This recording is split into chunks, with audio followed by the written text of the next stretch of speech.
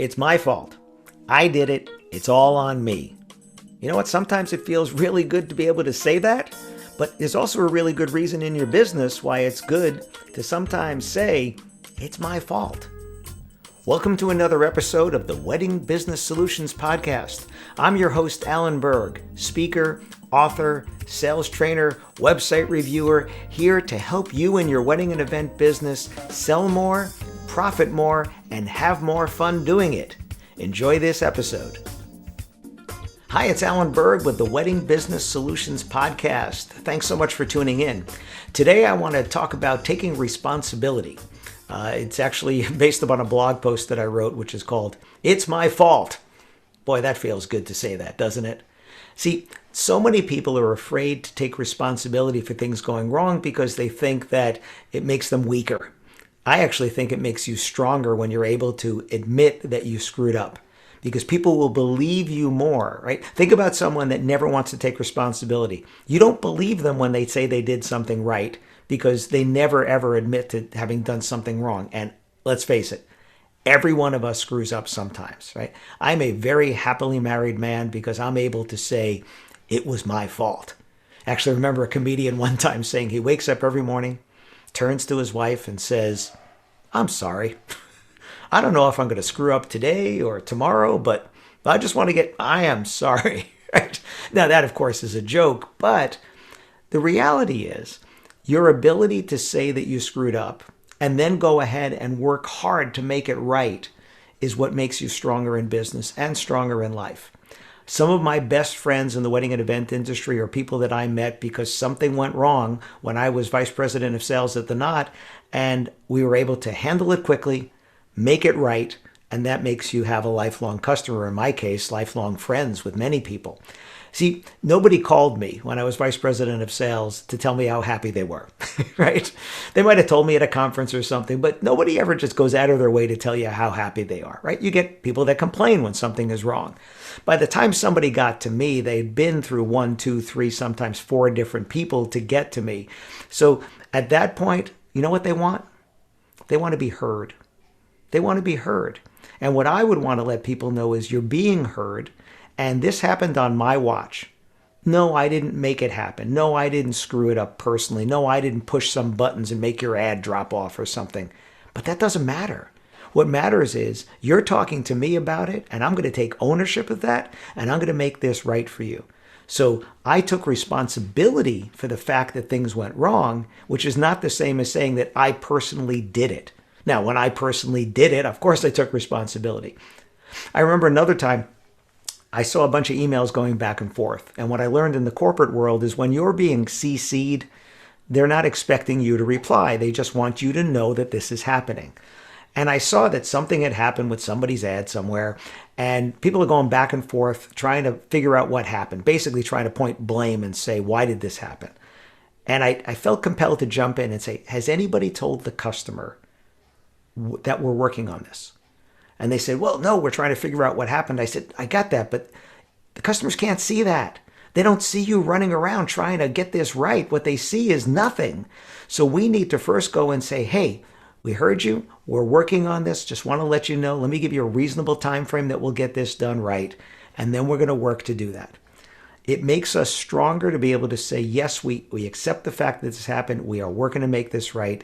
And then, of course, try to over-deliver on doing that, on making that right. But being heard is the one thing. But I see this all the time online. I see this in the news and stuff, and people just always trying to say, hey, it wasn't me. Hey, it wasn't me. It wasn't me. Right? I'm the first one to say, listen, if I'm in charge, it happened on my watch. I am responsible to make this right for you. It is our fault that this happened. We are so sorry that we have to have this conversation about this because we wish everything went the way it's supposed to. It didn't. Let's make this right. Now, I know there are exceptions to everything out there. There are people that are going to try to take advantage if you say that you're wrong. But you know what? I respect someone so much more when they're able to say that I screwed up. They're able to say, you know what? I tried. I did this, and it didn't work out the way that we were trying to make it work out for you. My fault. We made this go wrong. I know when I call tech support, I'm pretty techie, so I go through a lot of different things before I call tech support. And when I do, I say, hey, listen, Clearly I did something because I screwed this up here, or as we say, the problem lies between the chair and the keyboard, right? So I screwed this up. Here's what I've done already to try to fix it, and it hasn't worked. Can you help me make this right? And so often the tech support people will say to me, thank you so much. Thank you for admitting that you screwed it up, because so many people like to blame it on, oh, the cat walked across the keyboard, or, somebody else must have done something here, because they don't want to take responsibility. We'll get to the solution so much faster if you would just admit that you screwed it up there. So you know what? It's my fault.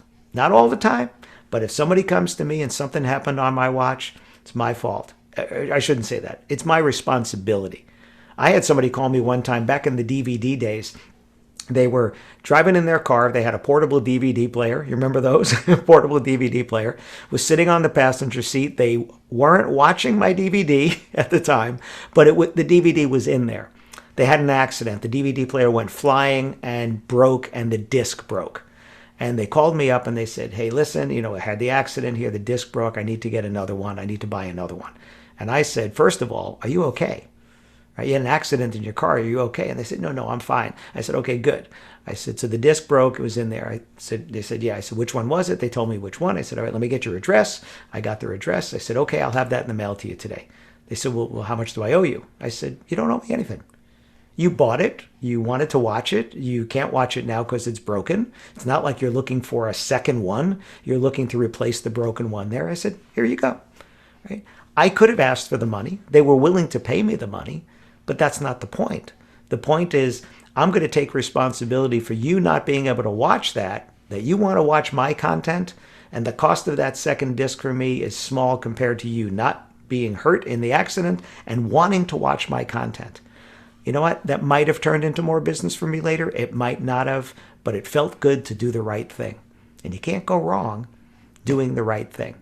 So think about the next time that you are in charge, right? Whether or not you personally screwed something up, whether you are in charge, whether it happened on your watch, are you trying to point blame to someone else? Are you trying to figure out who's responsible for this? We should figure out why something went wrong. First, we should make it right. First, we should make the customer happy, or your family member, or whoever it is that you're dealing with. First, we should make this right. And then let's go back and figure out what went wrong so it doesn't happen again. But that taking responsibility, taking personal responsibility, is a strength. It's not a weakness. So please think about this. I mean, when you see other people just always trying to blame other people, they think they're going to be weak. No, they're being weak by not accepting responsibility, by not being able to say, hey, you know what? Things aren't always perfect. We're going to make this right for you. That's what you should be doing. So whether you call this a podcast or a personal rant or a personal maybe confession, one of the above, but you know what? It's often my fault. And when it is, I'm going to say it is. And when it's not, okay, it's not my fault, but I'm still going to make it right. Thanks for tuning in to this episode of the Wedding Business Solutions podcast. Full transcripts of this and every episode are available on my website at alanberg.com. And if you have any questions about anything in this episode or any of the episodes, or you'd like to make a suggestion for a future topic or a guest for one of my dialogue episodes, you can email me directly at alan@weddingbusinesssolutions.com. Please subscribe to this channel, post a review if your platform allows it, and if you don't get email updates of the latest episodes, as well as upcoming workshops and masterclasses that I have, you can join at connectwithalanberg.com. I look forward to seeing you on a future episode. Thanks.